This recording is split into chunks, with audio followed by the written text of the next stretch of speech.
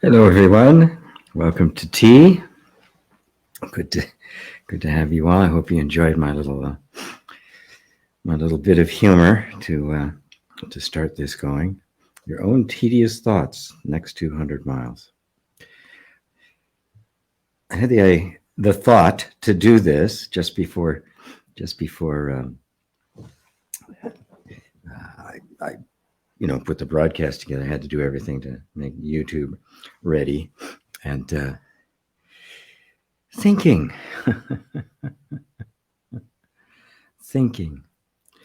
We think we can think our way out of anything or think our way into anything. And it's just not so. The best stuff in life isn't thought, is it? Love. Love. Which is the best thing in life. Just the awe, wonder, just the confrontation with the mystery of it all. We trade that in the moment we start thinking about it. I always love to use the example of you pass by a flower. It's springtime here, it's springtime, in the northern hemisphere, and it's actually becoming spring-like here. There's flowers that are beginning to appear that weren't even there yesterday, right? They were just a bud, and suddenly they've bloomed. The cherry blossoms around here will be blooming very soon. And you walk in a park or someplace where you walk all the time, right? So, when you're familiar with something, you tend to just kind of phase it out. You don't really see it anymore. It's just, whatever. You literally don't see it. Right? Our minds tend to pay attention to things that are moving and things that change. And so if you're walking by someplace and suddenly there's this beautiful flower catches your eye, there's a moment that is pure awe. It's pure bliss. It's pure heaven. When you're just with that, having the experience, recognizing the sheer beauty of it. If then, which is what happens for most people, the mind kicks in and starts describing it. So, oh, wow, what a beautiful flower. That's incredible. I've never seen a flower like that. Gee, I wonder what kind of flower that is. Maybe pull out the phone, take the picture of it and send it to some site that can tell you the species and the like. But the moment you start doing that, you're not there anymore. It always pains me when I see people at events, significant events, maybe even one-in-a-lifetime events, and they're watching the event through their phone, recording it. Now, they're never, ever going to go back and rewatch it. But you'll see this, lines of people with a phone, rather than just having the experience. There's something about the mind that wants to capture things, wants to grab it. Right? It wants to turn it into a concept to be able to manipulate it. And the problem with that is that it takes you out of life. In the moment you see that flower, you are one with the flower. You're not there, the flower's not there as separate entities. There's this mysterious union that takes place. The moment thinking starts, the moment it attempts to grab the moment and overlay conceptual thought on it, you're no longer there. And you can feel it, the bliss is gone, right? And then next time you pass it, even though it's still beautiful, right? You don't see it anymore. You see your concept. Oh yeah, I saw that already. And you don't pay any attention to it. This is the problem. This is the trouble with thought. This is the trouble with thinking. And the other big trouble with thinking is that it's repetitive. Anybody not have repetitive thoughts? You'll get a bonus, but you get your money back, right? I'll refund every bit you've paid for this. That is the nature of life. There's a repetition. But what's interesting about thought and every other form of life And thought is a function of life. It's, I mean, it's not a mistake, right?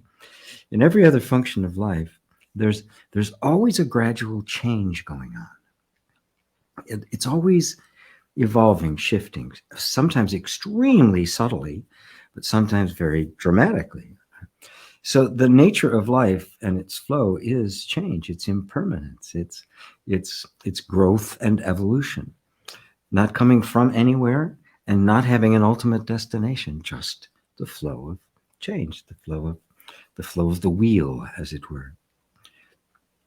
Thinking, on the other hand, if it followed that, would be completely harmless. It would just evolve and change and shift. It would hold on to nothing, right? A thought would be there, an idea or a concept we want to hold on would be there for a while, and then we'd let it go, right? And imagine what that would be like. It's not that there'd be no thoughts at all. It's just that they would not be stuck anywhere. And imagine what that would be like if we lived in a world where our politics and our economics, our religions actually continued to change, to evolve, to shift, letting go of what doesn't work anymore. Right? Wow, would that be amazing? But our tendency is to try to capture.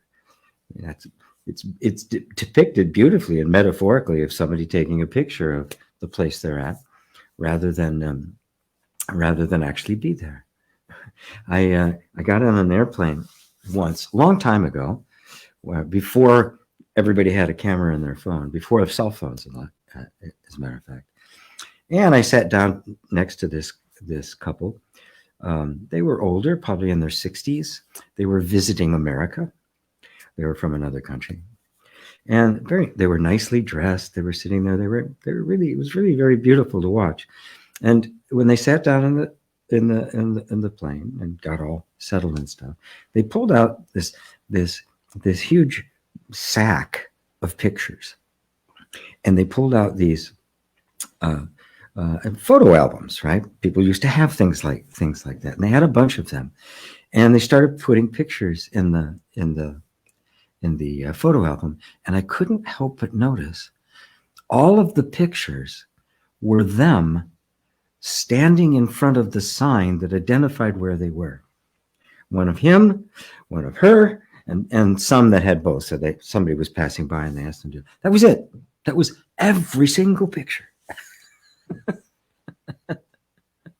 It was interesting to note that was what was important about it to them.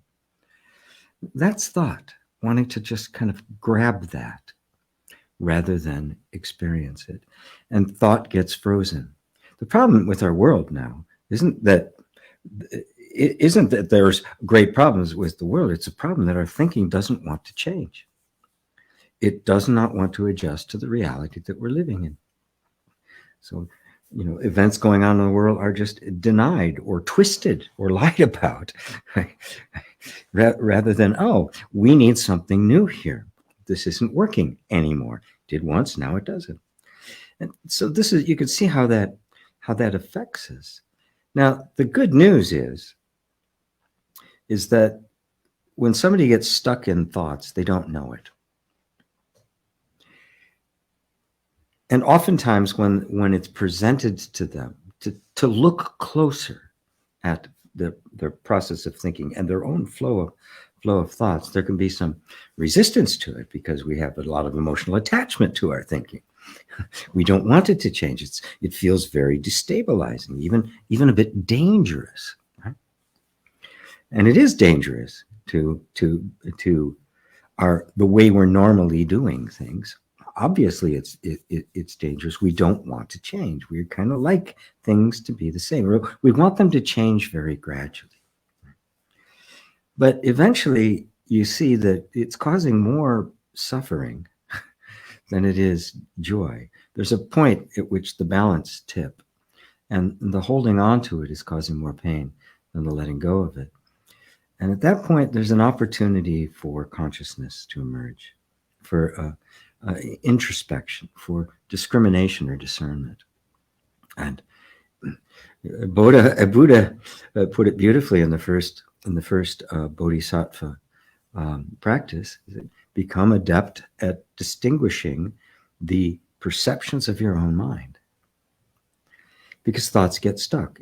If you know that thoughts get stuck, you can stand back and look at them and say, oh, that whole line of thinking doesn't work anymore. It's time to replace it. Now, that's easier said than done because these are habits. They have been ingrained into the nervous system.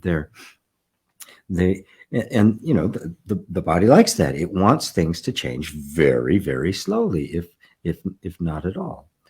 And so there will be a momentum behind it. Buddha referred to as the habit energy from beginningless time. The stuff that just kind of grinds along. That's your repetitive thoughts. Now, more good news is if you recognize that they're repetitive, you've actually already stood apart from them and are looking at them. Then the question is, what do we do about it? Right? Well, the only thing you can do about it is to continue to stand in the place of the witness of them, discerning their quality and or intensity and all of that, but not getting tied into them, not fighting with them, and not going along with them. Now that's uncomfortable, right? A habit is there. All the impulse in the body is to continue with that habit. You know what the result is going to be, and so you try not to. You stand back and you watch it. But all of this energy inside is wanting to go for it. Go the same automatic behavior that's been going on the entire time. So on one side, you feel the impulse of the trigger to act. You feel all of the energy in the body wanting to act. And there's nothing you can do except sit in the middle and let it play itself out. It will, I guarantee that if you do that, it will eventually pass. The intensity of it will pass, diminish, and even be forgotten. It'll happen again, right? But every time it happens, if you stand firm in that place, it will get less and less. It'll have less and less influence until, if it comes up at all, it'll just be kind of like it just passing through. And eventually, it won't come up at all. Our relationship to thinking is what the real issue is. There's nothing wrong with thinking. It is what it is, right? This is how it works. And in some instances, it can be extremely valuable. There's, even Atmananda would speak of higher reasoning, which is our capacity to examine and distinguish, right, ourselves. When intellect or thinking turns its attention towards itself, something beautiful can happen. It can begin to see itself from a different perspective and thus liberate it. Thought can be liberated from the mechanisms that are holding it in place, which are not in the thoughts, by the way. There's another level. I call it energetic assumptions.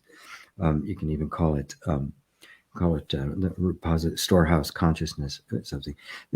Thoughts are not causative. They are a result. Right? But when you learn that you can have a completely different relationship with them, that they no longer have to master you or torment you, nor do you have to change them and fix them and engage with them in any way at all. You simply have to lose interest. And then use the power of intellect to examine those very thoughts, and then turn it towards you to discover, what are you without thinking about it? Without any thought whatsoever. What are you? No reference to any thought. What then do you reference? Ooh, just presence. On that note, I will go say hello to everybody. And once again, and welcome everybody. There's Mary in New York. There's Ava in Poland. Come on, work. There's Lisa, Lifestyle Love Story Lisa, CEO of Homeschool Lisa, and co-founder. There's Robbie in Romania, Rosario in Madrid, Ursula, Madeira Islands. There's Andy in Texas. There's David and Elaine. Hello. Eliza, play on. Hello, Bill. Namaste to you. I guess I got a little laugh off the joke. Yeah, the little laughing guy. There's Qigong Love. Looks like maybe she's in Romania as well. There's Merck in Sweden. There's Facebook user. I'm glad you're here too. Merck, great topic. We constantly try to eat the menu. Our thinking keeps us stuck so often. The nature of thinking, of the thought, the flow of thoughts, it forms patterns, right? It's not really a problem. If you look around, everything in life is the flow of energy in a form, right? That's all form is, right? Energy takes form. The formless takes form. That's how it works. And all of those forms have a certain degree of consistency, right? Things arise, they have a duration, and then they subside. Some things are very fast, some things are longer, some things change very slowly. I didn't look like this, 10 years ago, 71 years ago. there was a time I didn't look like anything. I was just this one little cell that just started doing all sorts of stuff. So but thinking is interesting simply because the patterns it gets stuck in, right? We can actually do something about. I can't do anything about, the pattern of energy in my hand, nor do I want to. It's a perfect job. But thought does exactly the same thing. So the need is for us to become discerning of thoughts. That's how we master them. And so, you hit the nail on the head. They keep us stuck as long as we believe them. That's the key. As long as you believe them, you will be stuck with them. So you see, the thoughts don't get you stuck, nor do they stick to you. It's our belief in them that makes them hang around. When that belief is removed, it can take some time. You unplug the fan and it takes some time to wind down, but it will wind down because it's not getting any juice anymore. You don't believe it. This is why questioning, scrutinizing, looking, questioning our assumptions, going deep into our tacit agreements so that we can, is this really true? Is this actually absolutely true? Or is this just something I've been believing and unwittingly and unknowingly? And the vast majority of the time, the answer is yes, that's exactly what it is. It was something that was useful at one time, but it just, why did the world change? It's not supposed to change. and then it does. And we have to stay in sync with it. This is what it means to be, to be master of your own thought. This is what it means to flow. This is the Zen of life. You're just allowing things to be as they are and responding to them as they are, not to our thoughts about them. Things as they are in constant flow. Thoughts can get stuck. The thought gets stuck. What sticks it, I reiterate this, the only thing that makes a thought sticky is our belief in it. It has no hands. It cannot grab you. It has no staying power of its own. It has to revolve around something that is holding it in place with some kind of a gravity. That gravity is your beliefs about it. When the belief changes, the thoughts change. And we've all seen that in numerous times in your life. Hence the need, the absolute necessity of self-inquiry. That's why we have it, so that we get really adept at distinguishing the perceptions of our own mind, as Buddha said 2,500 years ago.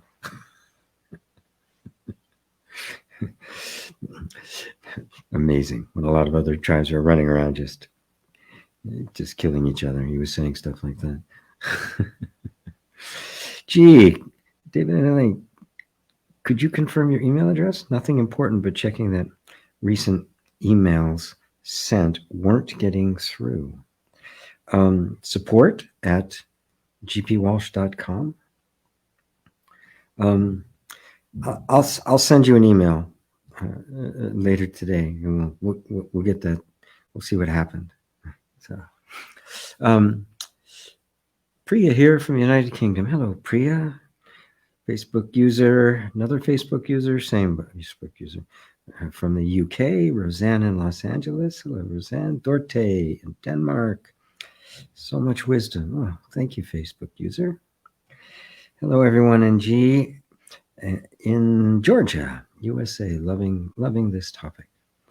All right. Well, through the queue, no questions. The shortest tea with G ever. Hello, Crispin. Maybe you guys don't have any questions anymore, right? And you're ready to start doing your own sats, leading your own satsang. I'll take it. This and if you don't have any questions, it's okay. Right? If there's just something you'd like me to talk about, that's okay too.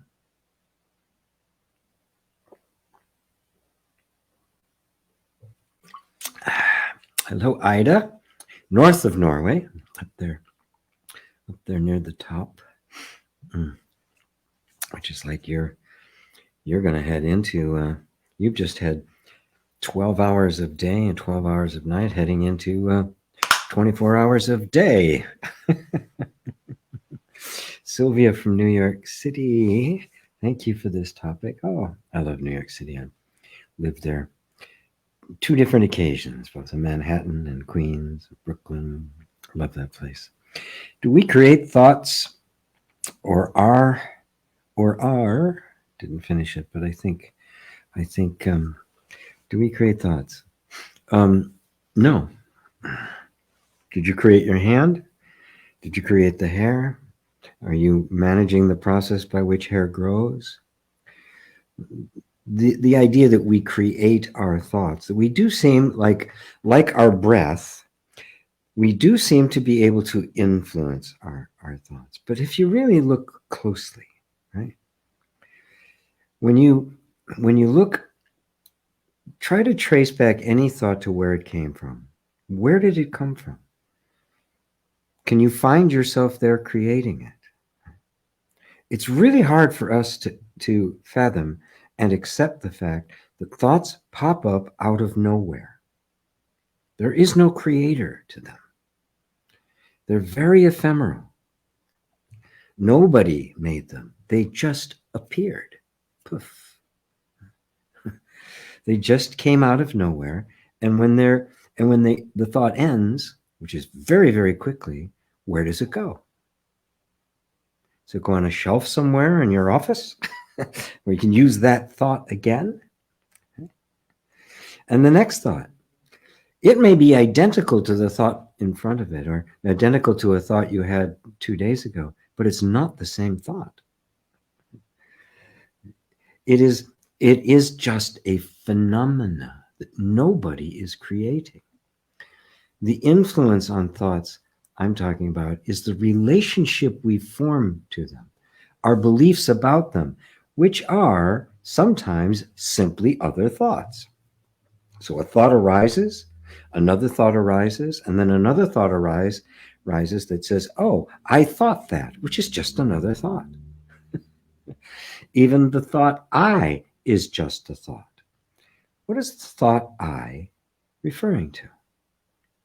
Remember, thoughts are representations. They're pictures, words. What's a word? It has no substance in and of itself. It's a word that refers to an object of experience. But the nature of thoughts is such is that the thoughts themselves can become an object of experience. Well, they are an object of experience, but then they can combine and make abstractions, and you get higher in all sorts of levels of abstraction that take you further and further away, because the thoughts are not a thing. This is a thing, right? And my thought of it, the picture I hold of it, the name I gave it, right, are all secondary. Like the example I gave in the beginning about seeing the flower and then and having, the moment of oneness with the flower, and then it starts being described and compared and cataloged, right, to be frozen. Which came first? Experience always comes first, and thought doesn't really add much. Matter of fact, it takes it away. It doesn't add much to the experience. It adds nothing to the experience. Your pets get along just fine without thoughts. Totally functional. They don't need them. Neither do we. They're a tool we have at our disposal that animals don't. A tool for communicating. Marvelous, absolutely fantastic. A tool for telling jokes, for for wooing a lover, right? I mean, it's great. They're great. The problem is our relationship with them. The problem is that we have made them more important than they actually are, and the act of thinking more significant than it actually is. Change your thinking so you can have everything that you want. Well, that's a little like trimming the leaves on the tree in order to get it to grow different fruit. You need a different tree. Because it's the roots, it's the whole combination of things that gives rise to those leaves. So underneath all thought is a whole substratum of stuff that is not thought. It's energetic patterns, assumptions, programs, conditioning, response, all sorts of stuff in there that is not thinking, but is driving thinking. It also drives emotions and sensation and other stuff. It's so significant, right, that Buddha talked about it. He called it the repository consciousness. Elsewhere, I heard it referred to as the store consciousness or the storehouse consciousness. It's this place where it's very, very subtle, and it gives rise to a lot of stuff, impulses and conditioning and thought and all of that. So we don't create anything.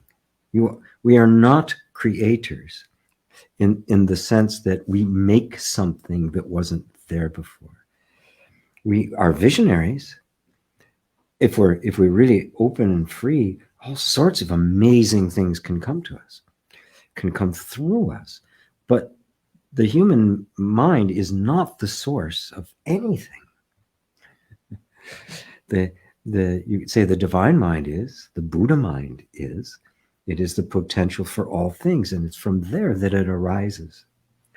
And so every thought you have, every word that comes out of your mouth, every word that's coming out of my mouth is not originating with me, with this body mind. And I can look at it and go, well, yeah, it's just happening. It's just happening. It is an utter mystery. So if we come to see thoughts as they are, the first of the eightfold noble path out of suffering, right views, see things as they are. We don't make a relationship with thought that is anything other than what thought actually is, which is a representation. It's a symbolic form. It's a useful way of communicating, and it needs to never be taken too seriously.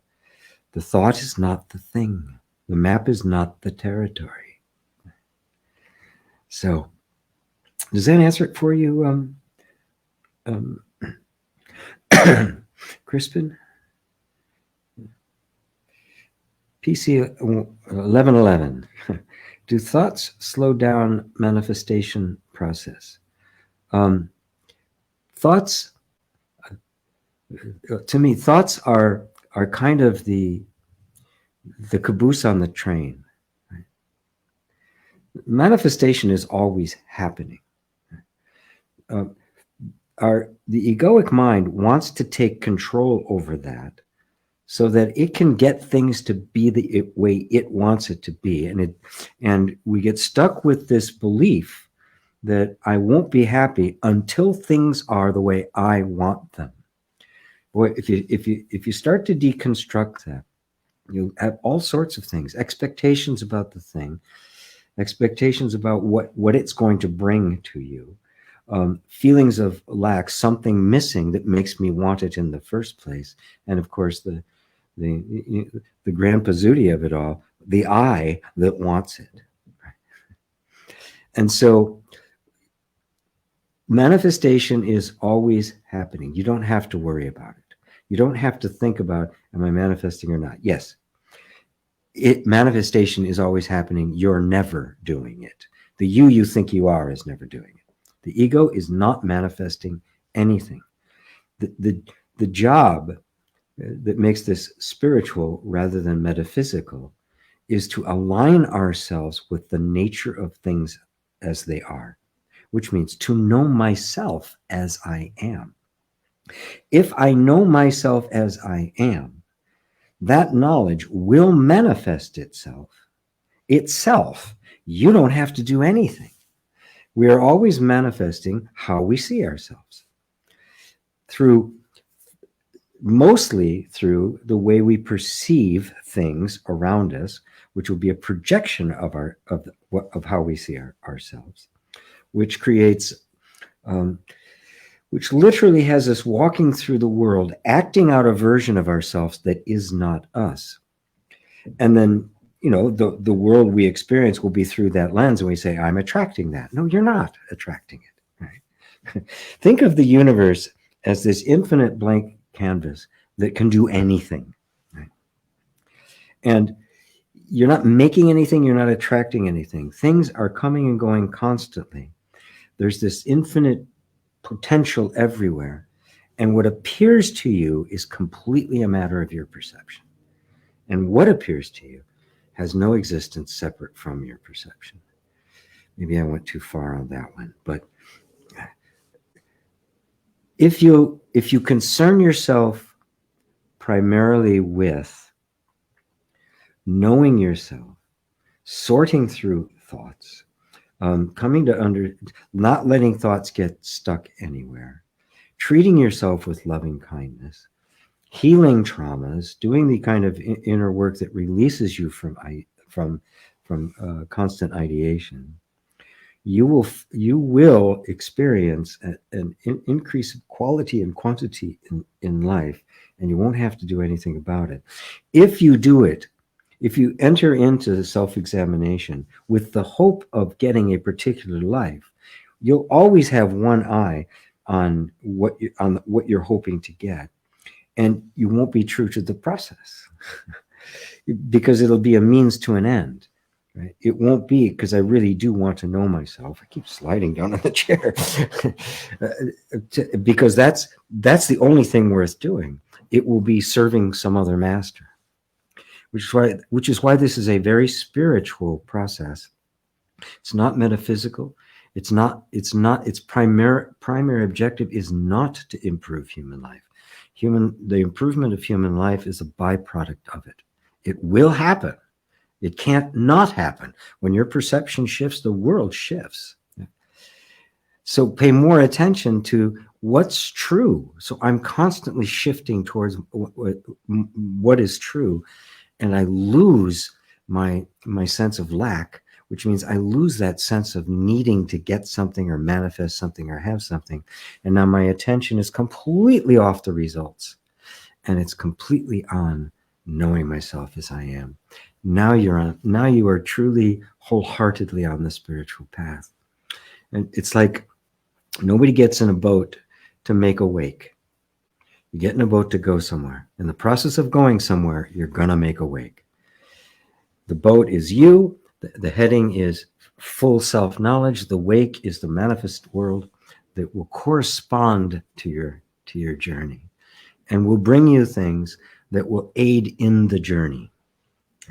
It will aid you all the way up to Buddhahood. Does that help, PC 1111? Hello, Rita. So nice to see you. Mary Sykes. I am reading the book, I Am That. It's quite a read. Oh, indeed. I find I have to read little bits at a time. Is that unusual? I think I mentioned this before, but the first time I read that book, um, it took me 2 years to read it. I'd read a couple. I'd read a couple of sentences, and I'd be so blown away. I would have to just sit with them. Maybe another day, a couple hours, maybe a day before I do it again. So it was like a paragraph, a couple sentences, maybe one of his little dialogues with somebody. It took me a long time to get through the book. So yes, it's not unusual. It's exactly what's supposed to be happening. It's not genuinely spiritual books are not about learning. They're not about the acquisition of knowledge. Exactly the opposite. It's about getting rid of knowledge. It's about getting rid of cashing in, right? Cashing in the knowledge that is purely temporary and relative, which is where it gets stuck, and replace it with the knowledge that is transcendent, which is like no knowledge, right? In Zen, they would say the knowledge that is no knowledge. And that's the mission. And so taking your time with it, just when something grabs you, you ponder it, because it's not something to acquire. It's not a bit of information you have to, I got to remember that. The whole point of it is to completely alter the framework, the groundwork of your thinking, so that it finally lets go and you step into that place which is beyond thought, which is where Nisargadatta was talking from. So yeah, take your time, no rush. You told me you told me how to say your name before. Talissa. Talissa? How can we address a feeling of waiting for something, but you don't know what it is? Oh, I like that. A feeling of change that's a little disorienting, despite things physically being the same. Yes, but you're not. Yeah. So it will be disorienting. There'll be a lot of feelings of disorientation as the sense of self merges more and more with the self, with the true self. Because remember, we orient ourselves through our beliefs, through our assumptions, through our sense of identity. When I go to the store, this is who I am at the store, right? But as that begins to shift, every place you go, right, it is like, well, who am I going here now? So yeah, it's going to be disorienting. It's okay, because this is not a disruptive process. It's a very gentle one. And you'll be disoriented, but it'll reorganize, right? It'll reorient itself. And then just, again, it'll disorient a bit more. This is just part of the process of losing the false sense of who you are. Now, the feeling that of waiting for something, but you don't know what it is, that's an interesting one, right? This is really the feeling of the seeker. We're seeking something. And the good news, really good news, is that if you don't know what it is, you're open. What happens for a lot of people is they're waiting for something, and they don't want to sit with that discomfort long enough, because immediately the mind's going to say, oh, I know what it is. You're waiting for Godot, or you're waiting for the man of your dreams. You're waiting for the neighbor to bring back that tool, or whatever, right? The mind will try to throw something on top of it. But if it is, and sometimes that's all it is, but sometimes, in this case, it's not. It's deeper than that. There's like, okay, this feeling of wanting has been here. And even though I've had other things that I wanted, it's still here, or waiting. What am I waiting for? And that's where you ask the question, and you ask it inside. Your mind will want you to turn outside to try to find, okay, what one of these things am I waiting for? But if instead you turn inside and go, there's this feeling of waiting for what? What am I waiting for? Right? What is it? Right? And really dive into that feeling, the feeling of seeking. Right? Because the seeking too is like always out there. So what am I waiting for? Be with that question thoroughly. Because eventually you'll find that what you're waiting for is you. And that this is simply the whole energy of the human being turning back towards its source. It's been outward focused for so long, it's now turning backwards, thinking, what are you waiting for?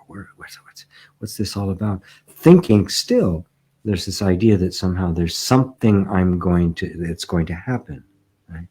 Well, the something that's going to happen is that you're going to become you, because it's you you're waiting for.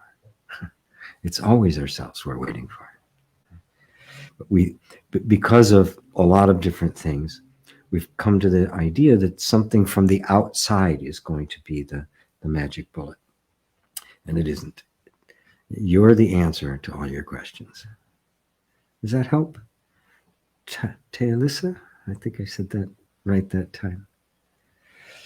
Plan, could you talk about free will? Do I have a choice?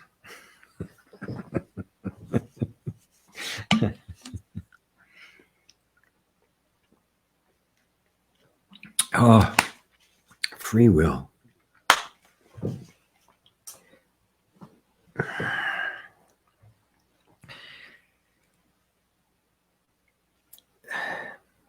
I could say blanketly that there's no such thing. But that wouldn't be complete picture, because there's the experience of free will, isn't there? Everybody has the experience of free will. You know, when I choose something off the menu for dinner that I want that night, or, you know, I decide to go to this movie or watch Netflix or read a book, it appears as though I'm making choices. So on a conventional level, this is really important.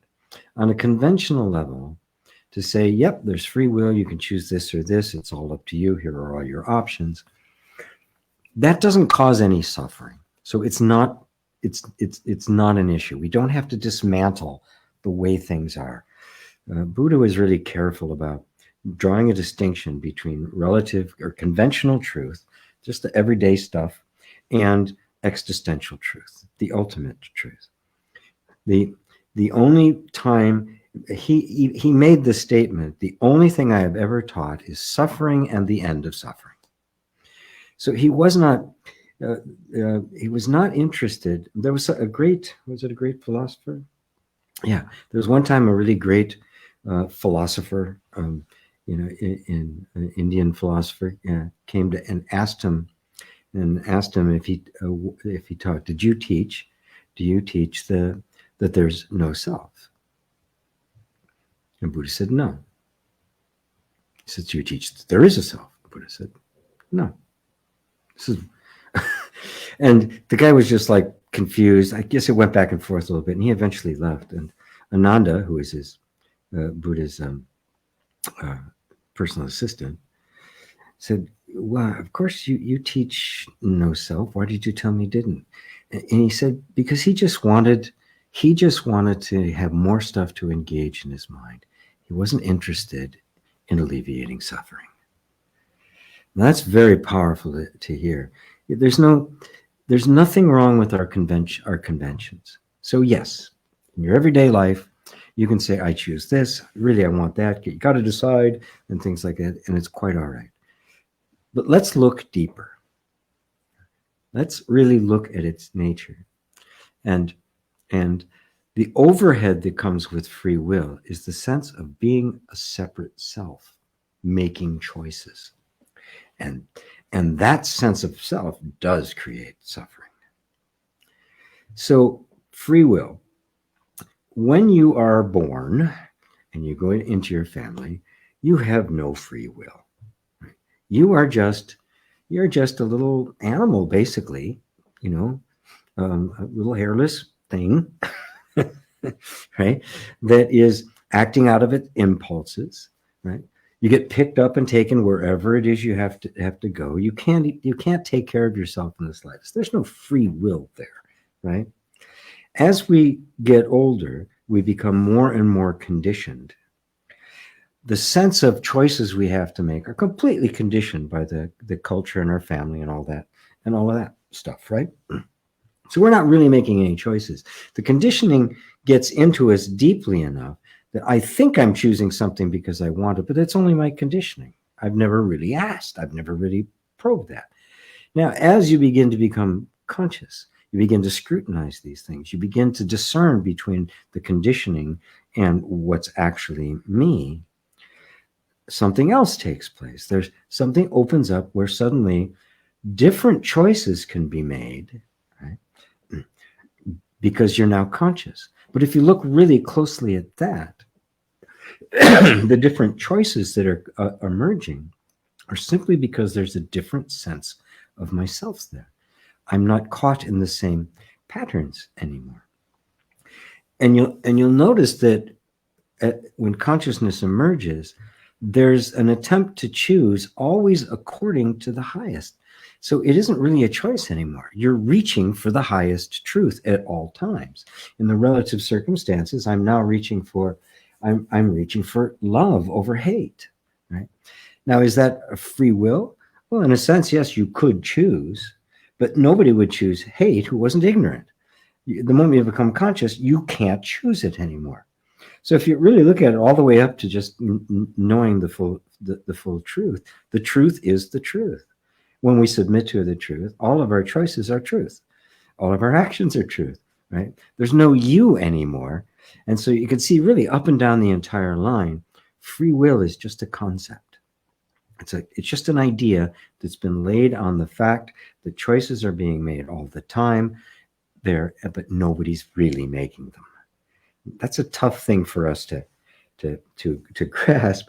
But if you look at if you look at the actual makeup or mechanics of a choice, two ways have to go. Maybe a little debate goes on, and a choosing thought emerges. Again, just like I said to Christmas before, you didn't create that thought. It's just a choosing thought. That choosing thought comes with, this is the way. The whole body mind starts to act accordingly. Energy begins to collect behind it. And a few thoughts later comes the thought, I chose that, which came later. You can't say I chose that before the choice is made, can you? Which means the choice just happened, and then I took credit for it later. That sense of I took credit for it later. And you really look at the whole thing really closely, you'll see it's all just happening. And even the thought that says, I did that, right, is just another thought that emerged. And that I doesn't exist. What it's referring to is just another thought. And you are the one witnessing all of those. In fact, they are all arising out of you, but not as an act of will. They're arising out of you as the self, because everything arises out of the self. Everything derives from the self. Everything is an appearance of the self, because the self alone exists. Everything else is an appearance of it. So there's my little discourse. Oops, on free will. Get some more. Running out of water here.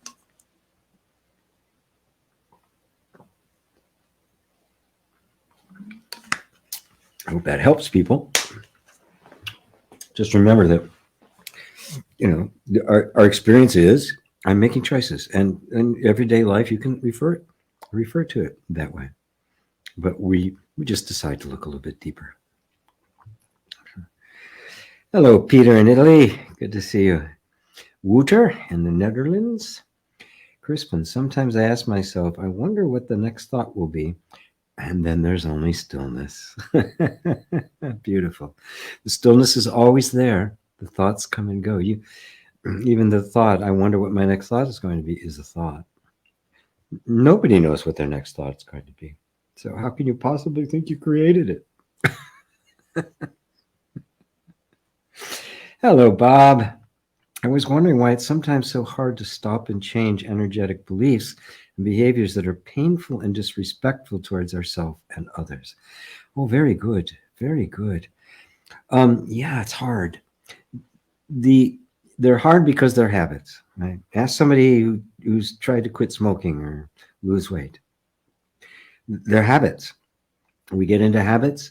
Our nervous system likes habit. There's all sorts of chemicals going on, right? That give you a reward, right? When you push the lever, you get the cheese, right? And the most kind and loving thing to do is to accept yourself as you are, recognize the fact that this is hard, that I want to stop it and I can't. I don't seem to be able to. And then give yourself a nice hug, because this is what it means to be human. And just commit yourself to the process of freedom, which means loving yourself, right? It means really embracing yourself as you are. Starting with, I have these behaviors and I don't want them anymore, right? Okay, well now, what am I going to do with that? I can make it into this quest that I have to do, which will make me suffer until I succeed. And of course, the suffering just exacerbates the whole process and makes it seem even worse and makes it harder. Or I can recognize the situation that I'm in, and that this is an opportunity to go deeper into myself, so that the goal becomes, how can I use this to know myself better, to be more loving, to be more open, to be more forgiving of others?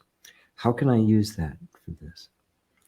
And so the emphasis is put there, into the opening of your heart, rather than trying to accomplish something.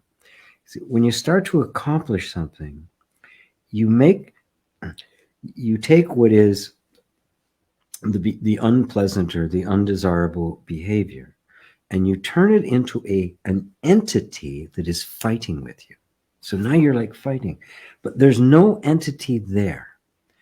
No matter what it is simply a habitual pattern of thought, feeling, and sensation, and reactions to things. So you pull out the magnifying glass. Okay, what was it that triggered this? That's how you get to the energetic beliefs or assumptions that are underlying that. Remember, the nervous system is not sentient. It's not intelligent. Right?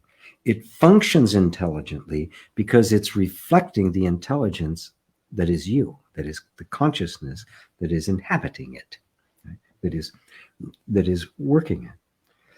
So somewhere along the line, there was a circumstance that created enough of an effect on you that your nervous system put into place particular kinds of responses so that it could adequately meet that circumstance and keep you safe.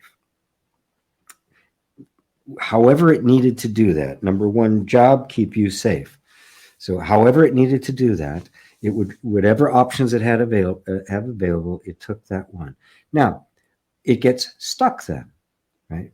It believes or assumes that the world is always going to be like that. So the next time that happens, the same reaction is going to take place. And that's what you're running into. You're running into the program. Okay? Recognize that it's a program. And then let yourself off the hook. Okay, it's a program. I know it's a program. Thank God I know it's a program. There was a time when I didn't question it all. It's just me, right? This is the way I am. Oh, it's not the way I am. It's the way my nervous system was trained. That's a very different place to start from. And so now you can treat the nervous system, treat this particular program pattern like a rescue dog. It's misbehaving, not because it wants to, but because it's afraid. It feels it's in danger. And so what would you do with the rescue dog? Oh, you wouldn't yell at it. You wouldn't try send it to a self-help class or anything. You'd start just pouring love and affection and attention on it, right? creates such an inner space of safety that the natural tendency of the dog to be loyal and loving and fun and run around and play will reemerge because it's safe to do so. You don't have to make the nature of that dog come out. You have to create an environment where it can. And this is exactly what we're doing with ourselves. And so when it's hard to stop and change something at that level, you go, wow, this is hard. Because guess what? It is.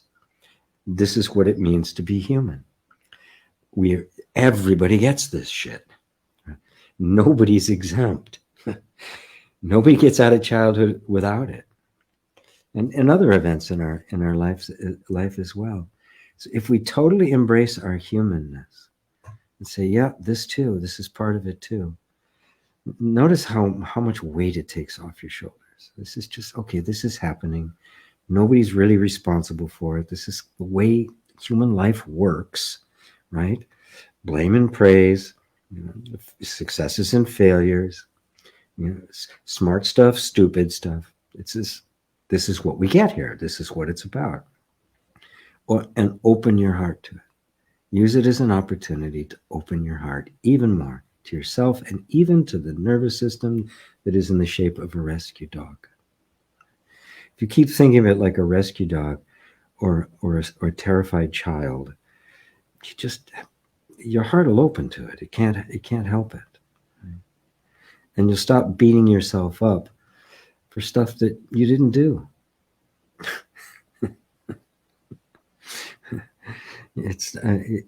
You're not to blame. Right? And if you do something and it's disrespectful towards others, you naturally regret it, right? And if you can, you say, "Oh man, I'm sorry, my bad. I completely take that. That's no way to treat anybody," and then you let it go. Don't turn it into a quest, a witch hunt, right? To try to find what's at the root of it. It'll come up.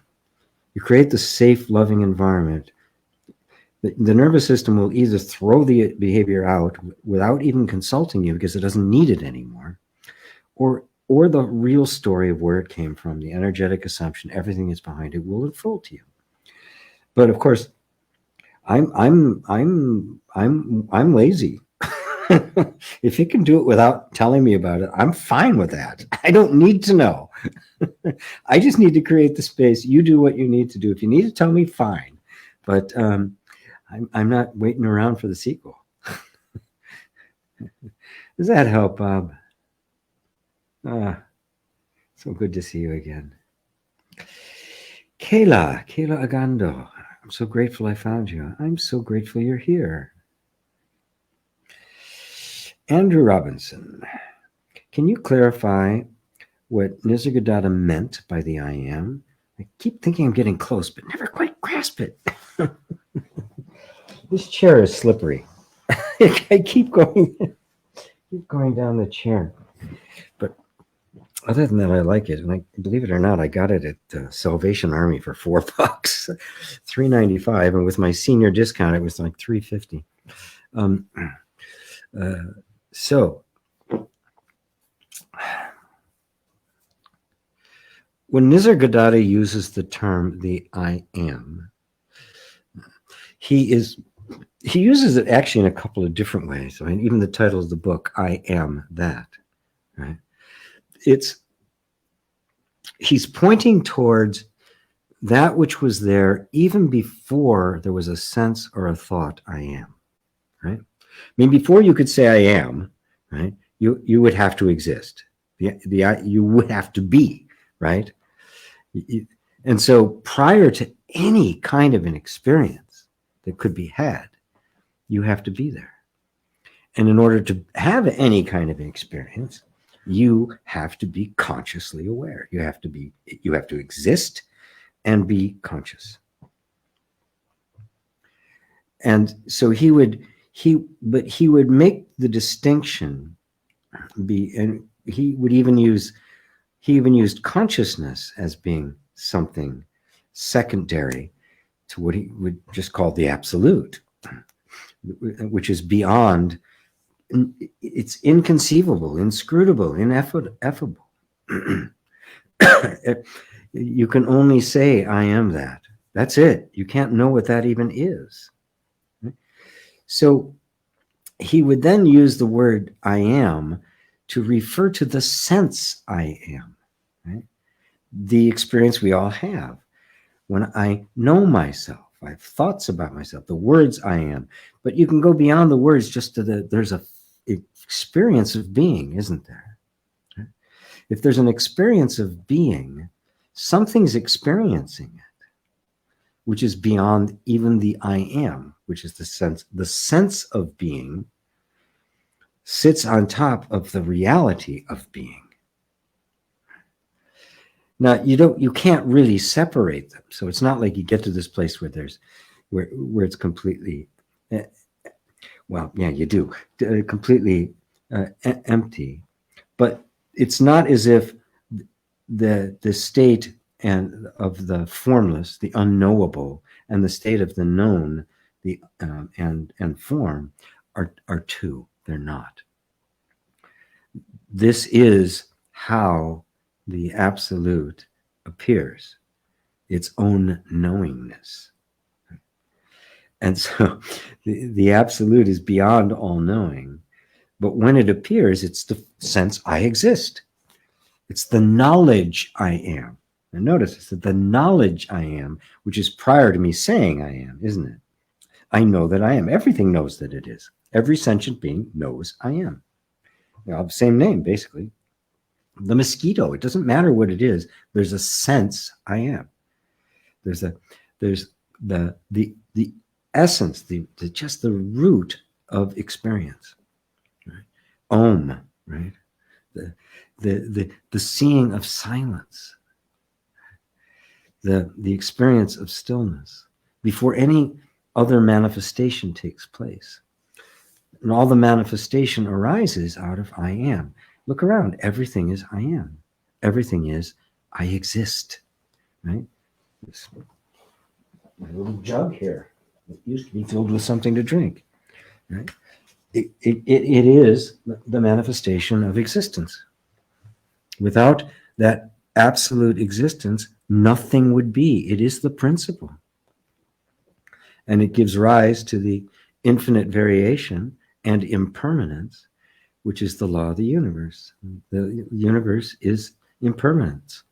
I don't know why science doesn't grasp that. Because everything is constantly changing. It's a law, as much as gravity or any of the other forces. It's a law, impermanence. It's essential to all life. But that which is permanent, which does not change, is outside of time, can't be perceived. And so it is this dance between the absolute and the relative, which again are just terms we give, because the reality is you can't say one or the other. I've just created a duality where there is no one. It's not two. Existence and non-existence. It's beyond even that. So I am is just that sense of being, and behind it is the fact of your being, which is silent. It's just you. Right? You are there. And it's nothing, and of course you know it, right? But it's not a knowledge, it's not a thought. It's a different kind of knowing, isn't it? It's a Vedantic knowing. It's jnana knowing. So you can't get close to it. You say, I'm getting close, but never quite grasp it. You can't grasp it. You're it. The attempt to try to grasp it is to attempt to try to objectify it, make it something you can perceive. Right? You're it. Your own existence is it. That knowingness is it. And it's nothing that can be grasped. It's just known. Do you know that you are? That's it. That's the I am. It's not a thing out there. It's not an abstraction. It's not a state you arrive at. Do you know that you are? Is that not the I am? If that isn't, I don't know what is. It's very personal. I'm kind of reluctant to use that term, but it is. Oh, it's me. Oh, right, it's me. Is this helping, Andrew? Everybody? PC 1111. Yes, thank you. Oh, you're welcome. You're welcome. Mary says, I started reading I Am That a while ago and came back to it, and wow, it is something I can't even word or put into words. Yeah. Fantastic. Yes. It rocked my world.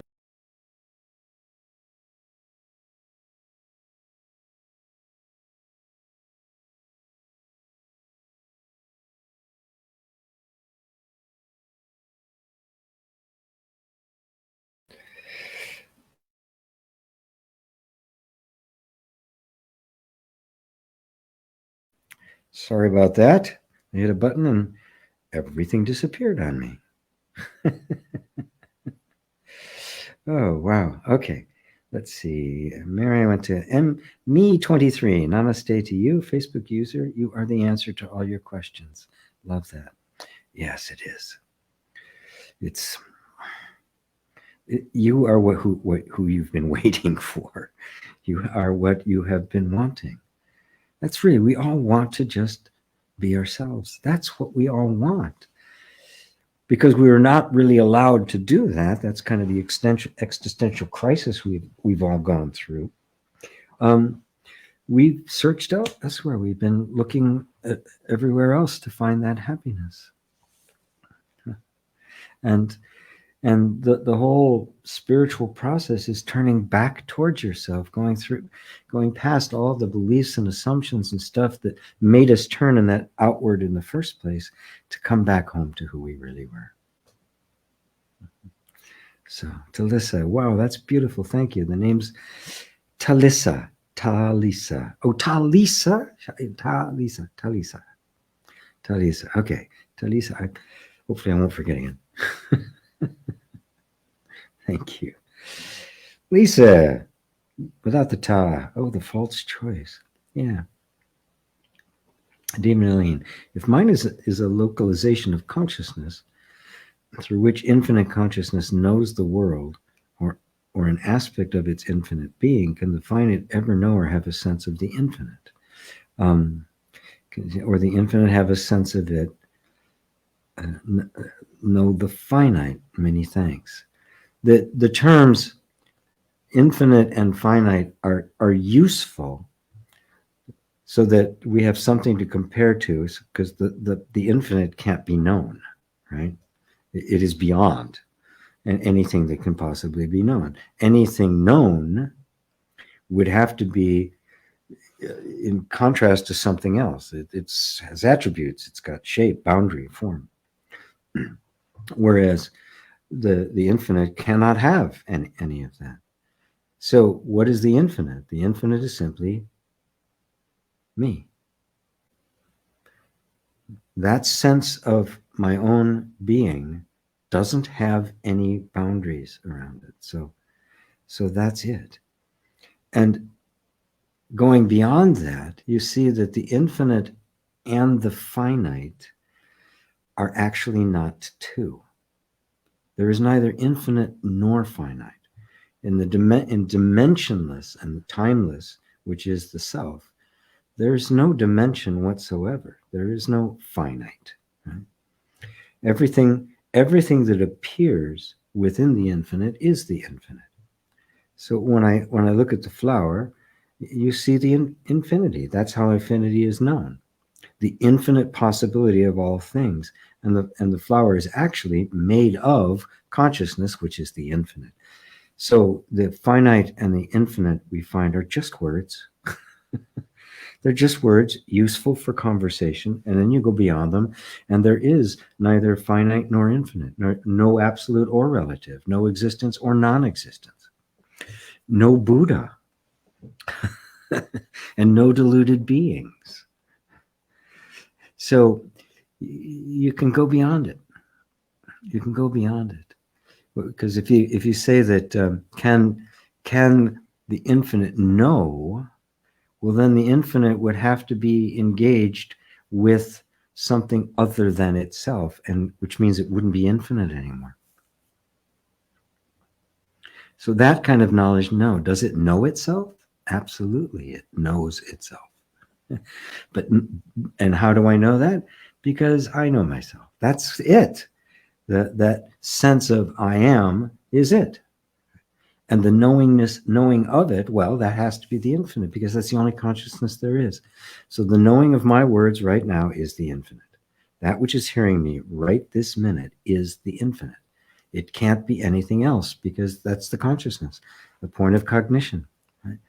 And that consciousness, there's not more of them. Even the sense of the localization of consciousness is only an image appearing to consciousness. There is no actual localization of consciousness. It's just an appearance. If I put on VR headset, I will appear to be localized somewhere and go all sorts of places, and I haven't moved a bit. And you see that localization isn't real. So it's all just perceptual. It's all just what's being perceived. You are the infinite consciousness, and in the infinite there can be no localization. Not as an objective fact, only as an experience relative to everything else. And it's always relative to everything else. Anything you have in the world, the tiniest blade of grass cannot exist without the rest of the universe. It's one infinite manifestation or expression. So there's not even two. So you don't even have a world and planets and all of that. You don't even have the absolute and the relative. They don't exist. It's completely conceptual. Did I get it for you, David and Elaine?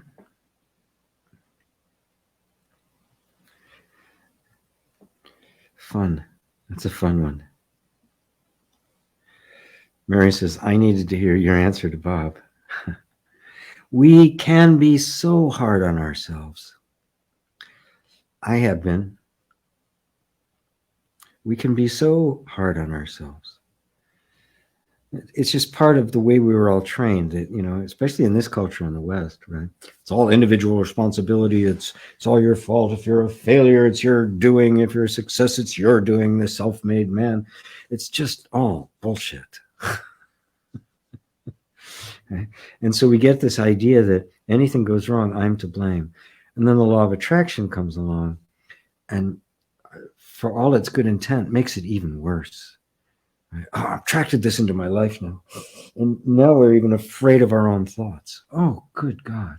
It didn't start with them. It started with some other metaphysics that was not properly understood. But you let yourself off the hook. This is the human condition.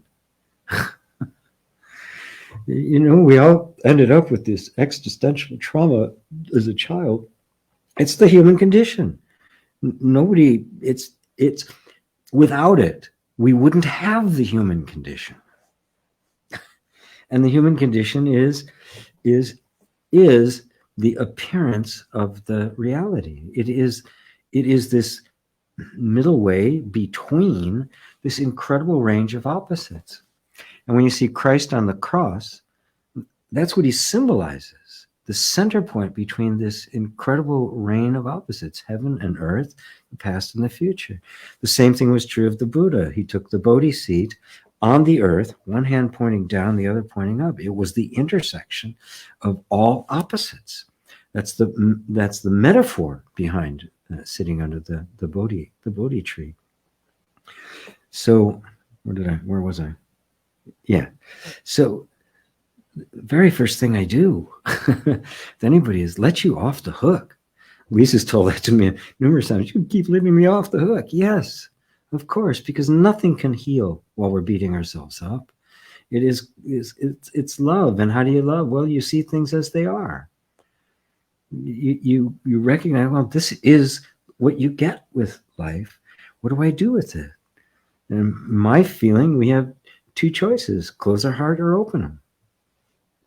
You see a lot of people closing their heart, shutting down, lacking empathy, just completely ignoring people and suffering, and creating more suffering in the process.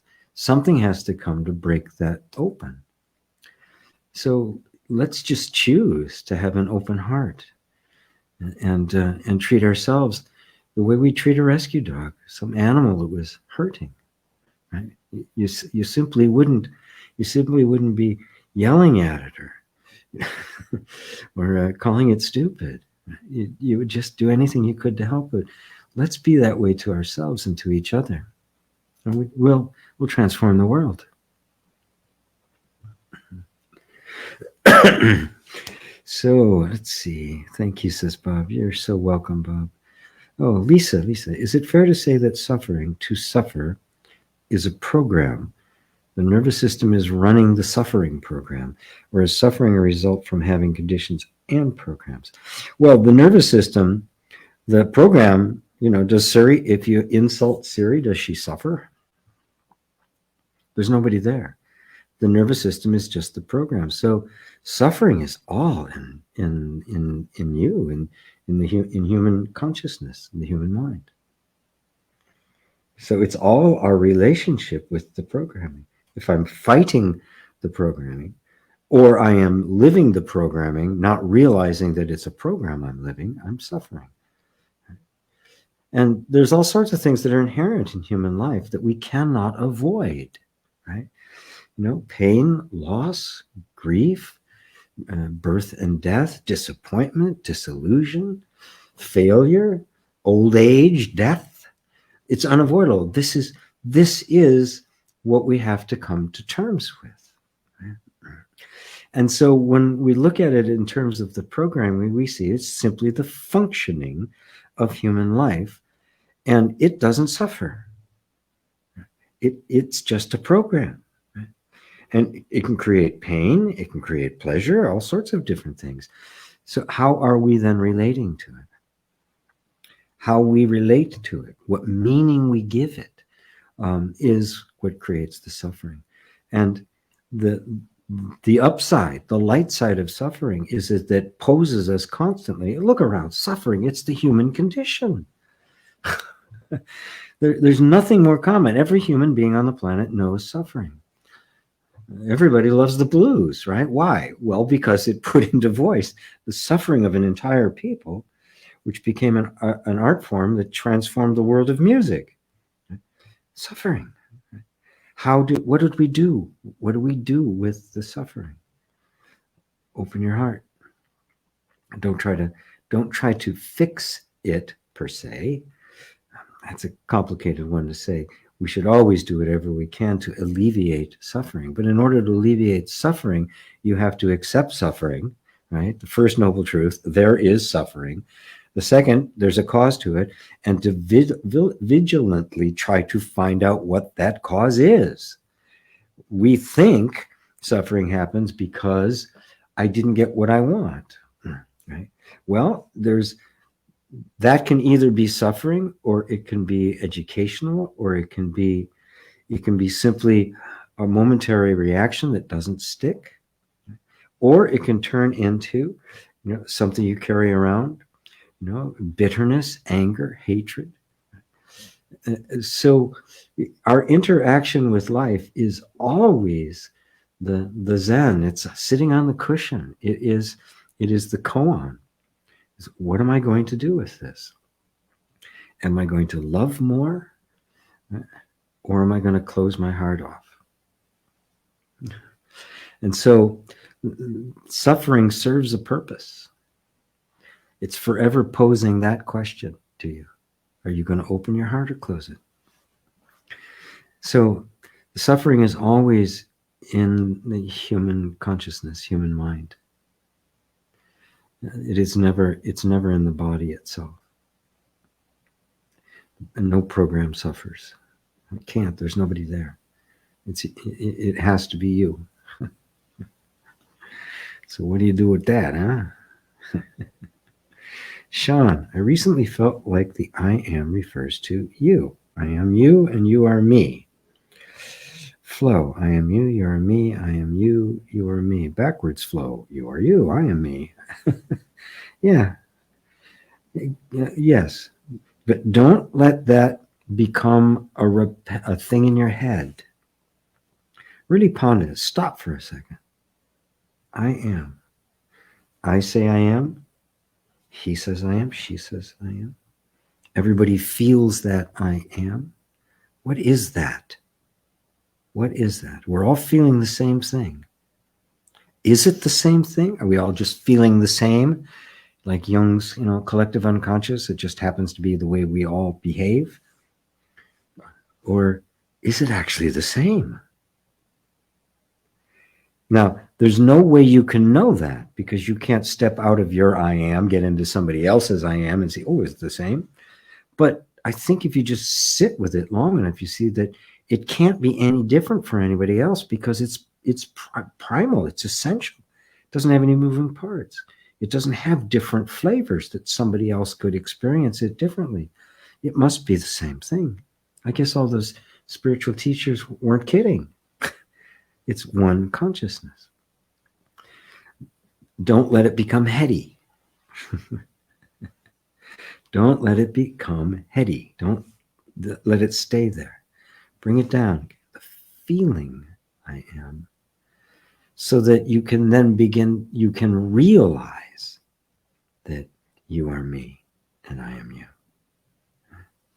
And at the same time, you're not me and I'm not you.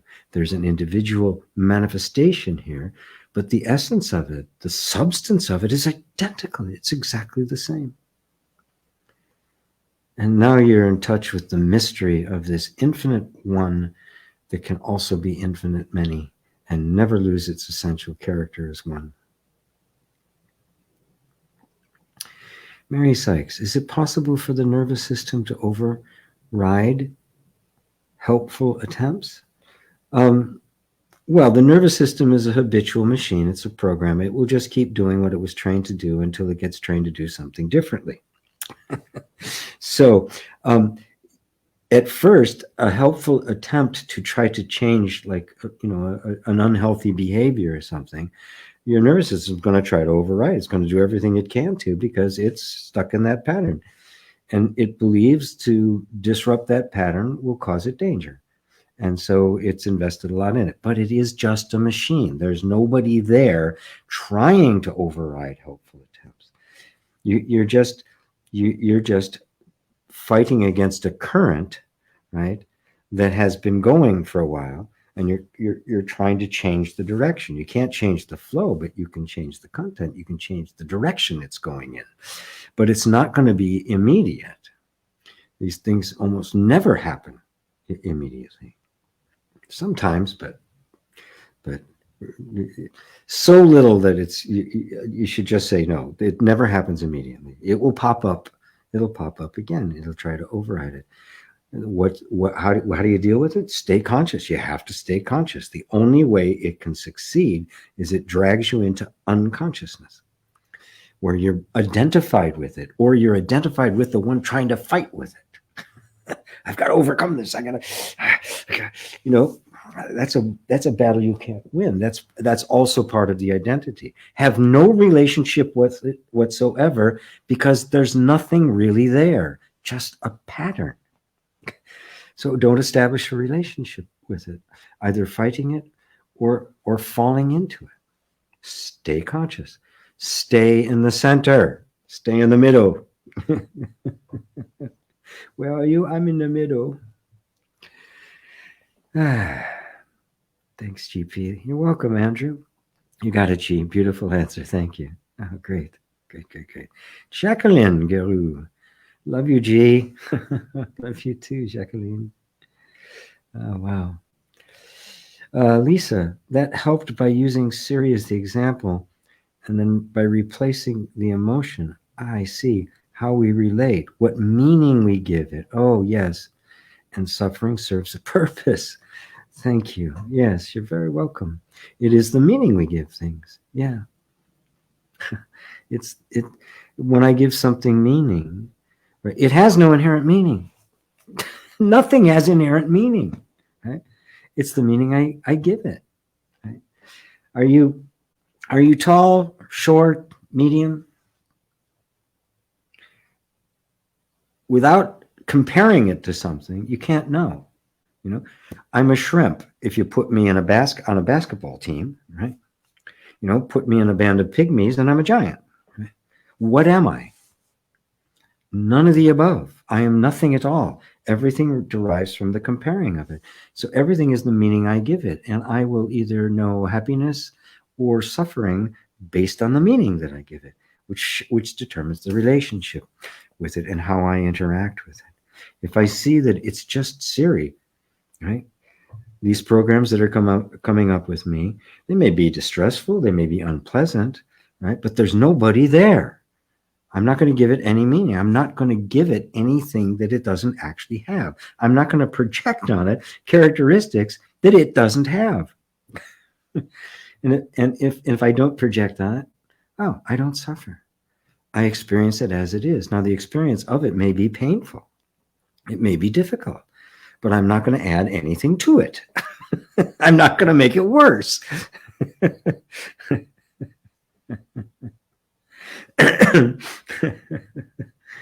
Lisa. Okay. Sizvi.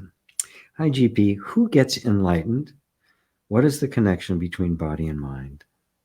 Wow. I wish I knew you better than I could formulate the answer more particularly, because it really, the answer to that question is really depends on who I'm talking to. So I'm gonna put it into the absolute. Who gets enlightened? Nobody. Enlightenment is the realization that there is no person, and that nothing has been attained, nothing has been lost.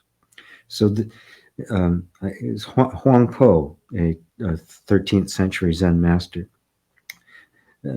said, all the Buddhas and all the sentient beings are nothing but the one mind, and nothing else exists. There is no Buddha. There is no deluded being.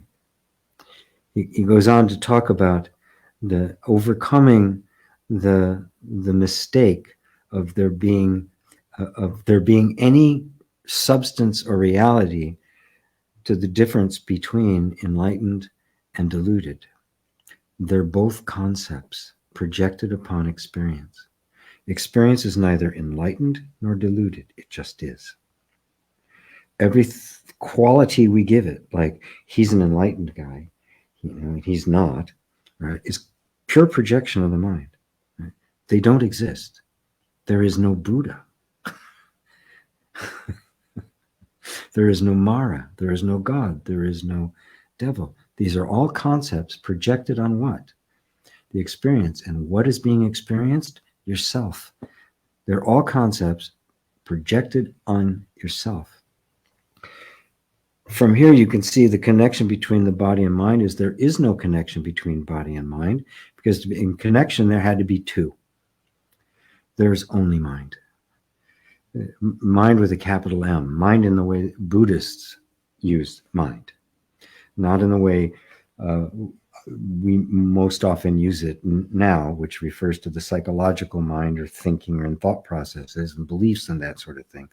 When you hear the Buddhists talk about the one mind, they're talking about pure consciousness, pure awareness.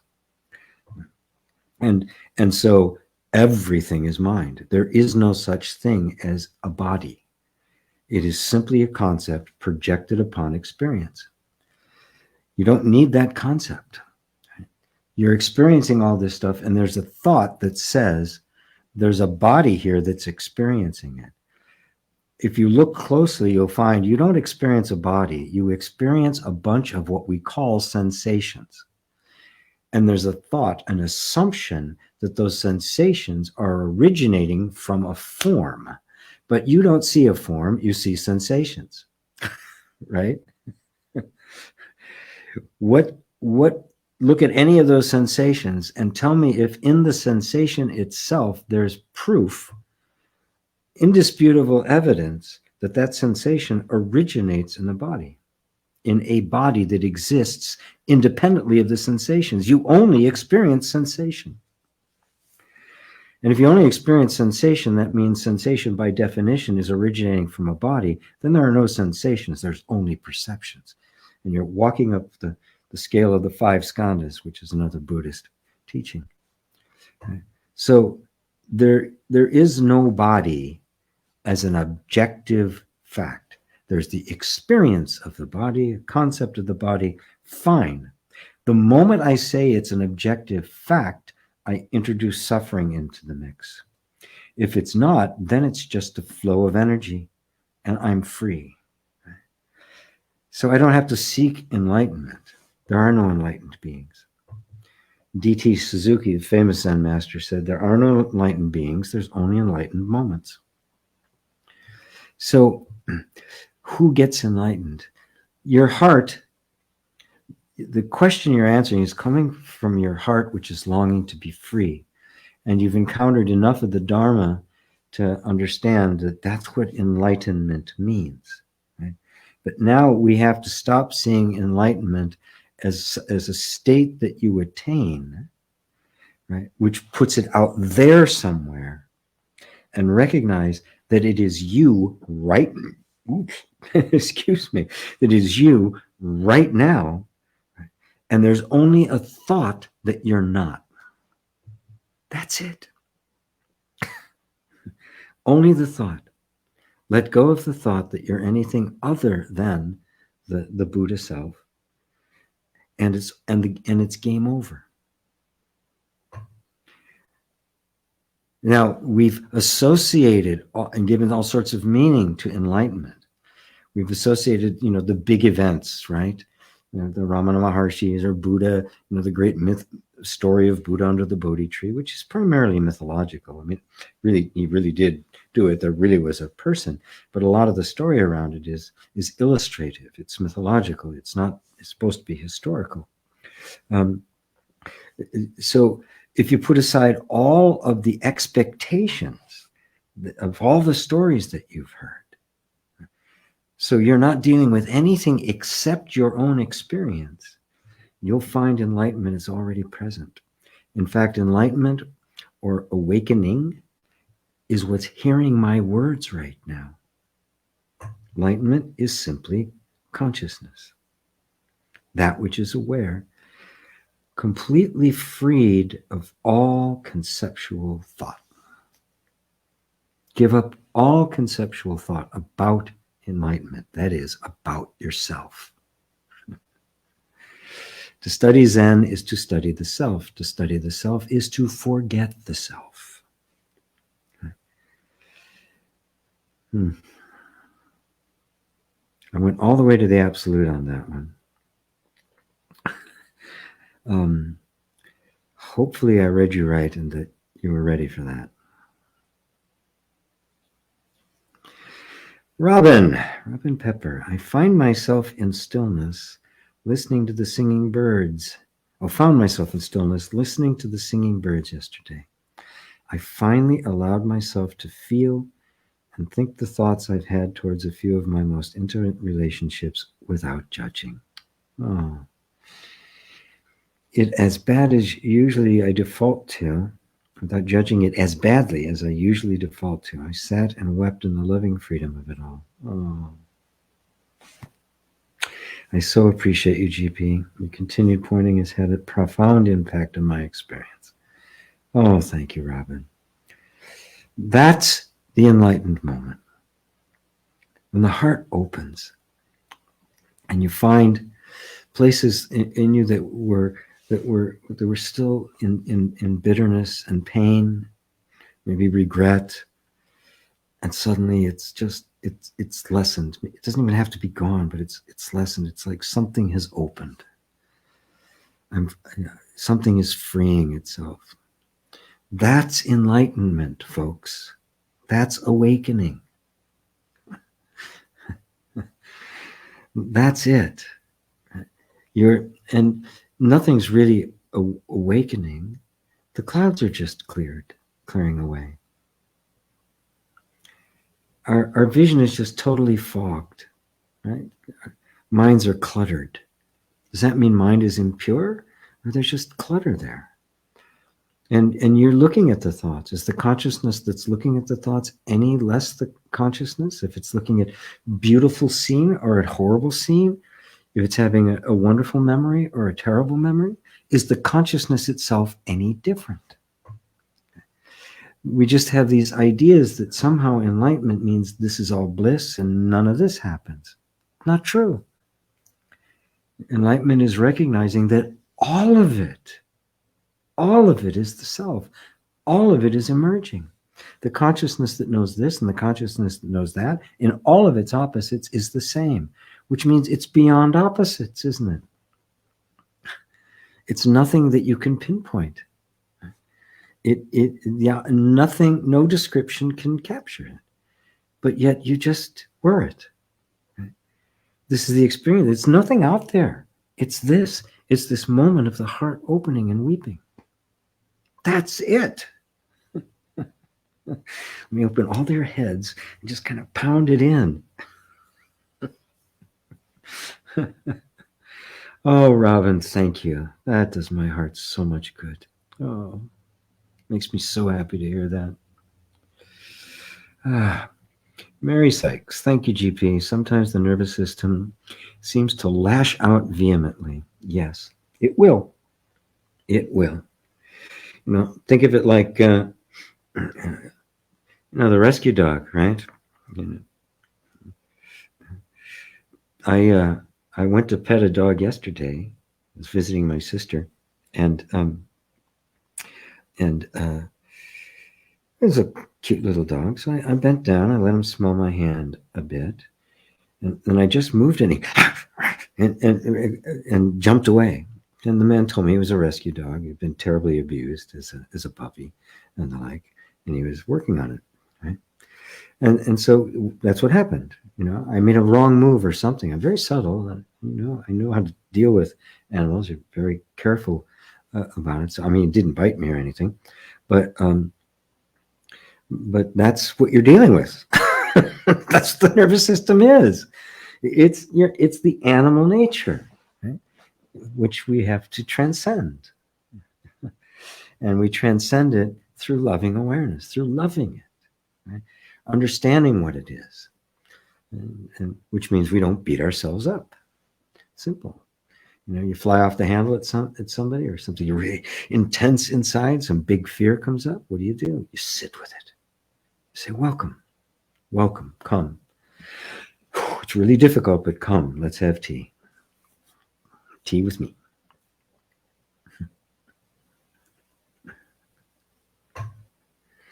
Lisa, I can walk you through some additional ways to support along this journey.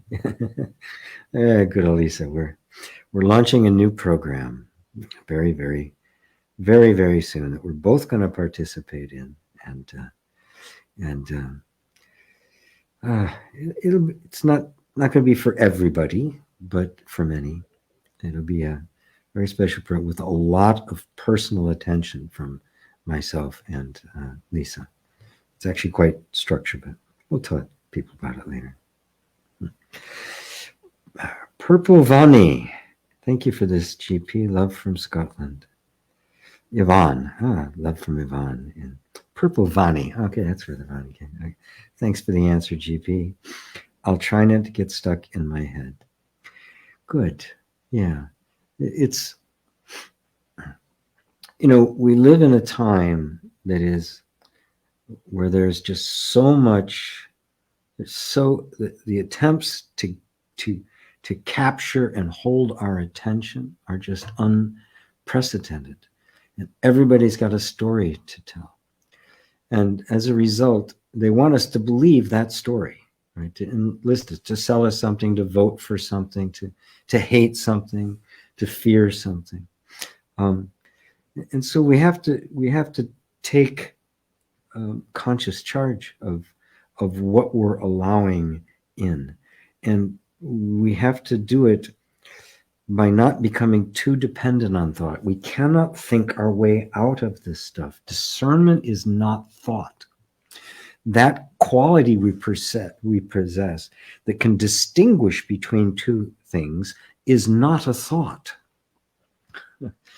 The intelligence of the essential mind that is looking at thoughts and discerning their character, that's not a thought. So thinking cannot figure this out. Yeah, to understand, that's depending if I can get the right thought about it. There is no right thought about it. Thoughts are constantly changing. They're descriptive, right? So there'll never be a right thought. There'll never be a true story. That which is discerning whether it's a true story or not is the truth. What else could it be? But it can't be our concept of what truth is, or our ideas, or the things we've, some ideology or something, or theology we've decided on, because then that's just another thought system that gets stuck. And now we're assessing not directly from our intimate personal knowledge of truth, but through a distorted perception of some ideological system. That's why thought cannot be trusted. It can be used, but you can't look to it for answers. And it can be very clever and philosophical, but it'll get you nowhere. Right? Go to the feeling, go to the direct experience. Going to the body first is a place I always take people first, to get into the actual feeling of things. And it can get subtler and subtler till you go beyond the body as feeling and emotion to this other dimension that's beyond even that, but it's very real, very detectable, very knowable. Right? And beyond that, of course, is you, the absolute. Timur, namaste, GP. My meditation teacher here in Berlin has suggested that I fake it until I make it. We've not gone into depth of what he meant yet, but every time I think that I'm already enlightened, all my thoughts stop for a minute, and I start seeing the world in awe, love, and wonder. What is your take on that? I'm really curious. Thank you. I like that. Fake it until you make it. I've heard that said by numerous Zen teachers. What it means is that the truth of your being is that you are already the Buddha mind. That's the truth. So everything that denies that is false. It's just not true. And all of the systems of thought and theories and religions and spiritual practices that have emerged from that are not true. They're not the absolute. At best, they're skillful means at best. So the truth is the truth is the truth. So if fake it till you make it, if you sit to meditate, and you meditate as the Buddha, this is the Buddha meditating, even though your whole sense of identity will be saying, no, you're not. You're going to get there, though. If you sit long enough, you're going to get there, right? That's, if you don't, no, I am that. I already am that. And you start breathing into that, this breath. Breathing in as the Buddha. I breathe out as the Buddha. I am present as the Buddha. What else is the consciousness that is aware even of all those arguing thoughts if that consciousness is not the Buddha? The Buddha was not a historical person. Well, was not the reality of the Buddha was not Siddhartha. It was not this person that lived 2,500 years ago. The reality of the Buddha is the awakened one. You on your cushion, aware of yourself, aware of those thoughts, are the awakened one. Who else would it be? There's not somebody else sitting on that chair. The consciousness, or on that cushion, the consciousness is the Buddha. Consciousness itself is Buddha. So in a sense, you're faking it until you make it, which simply means this is what I am, and this is my story, and I'm sticking to it, even though all my habit patterns, my thought patterns, my beliefs, everything everybody's telling me around me is telling me it's not true. You might be one day, you just got to keep working at it. But if you just keep working at it to that one day will never come, because it is not something that is gained. It's what you are. You cannot gain what you are. So I am that already. And my mind goes, no, you're not. And you go, I am that which is aware of all the thoughts that tell me I'm not. I'm that which is aware of this cushion that I'm sitting on. I'm that which is aware of the Buddha. Can the Buddha exist outside of my mind? Nothing exists outside of my mind. And my mind is the Buddha. Huang Po says it just like that. Your mind is the Buddha. That is, that sitting down, the consciousness, the awareness, that which is taking it all in, that's it. Direct. It's as direct as you can get. I'm assuming that's what he means by fake it until you make it. Don't let go of that.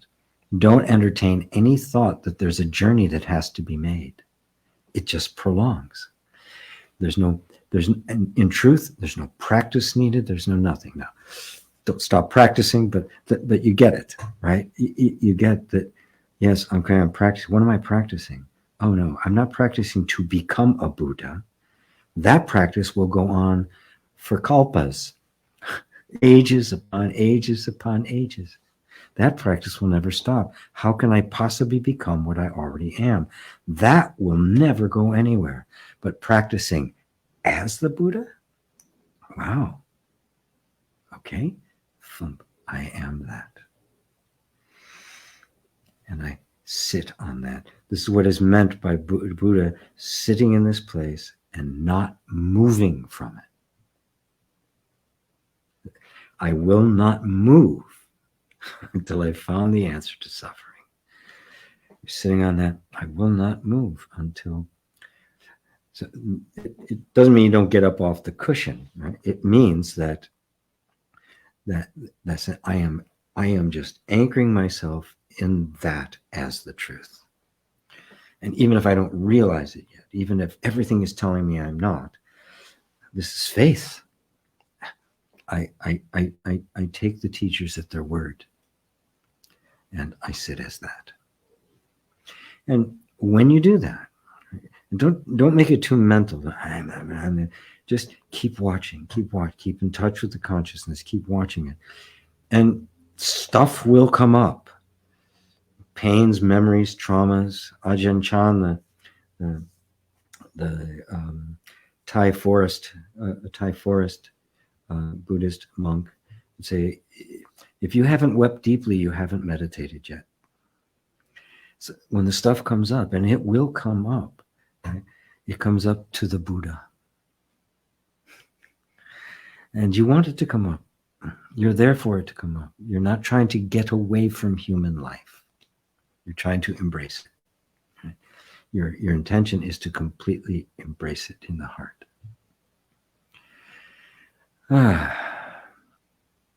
That's my take on it, Timur.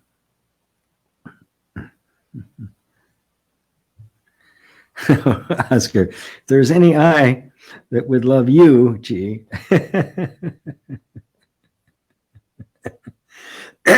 I'll take it. Jacqueline Grew, it's here, it's now, full stop, mic drop. Yes. Oh, my lovelies. My lovely, lovely, lovelies. Looks like the questions are dwindling away. So I will now dwindle away into my afternoon. And love being with you guys. I just love being with you guys. So anyway, thank you all for being here. Thank you for joining me for tea. And I'll see you again in 2 weeks if we don't do some kind of program before that. So bye for now.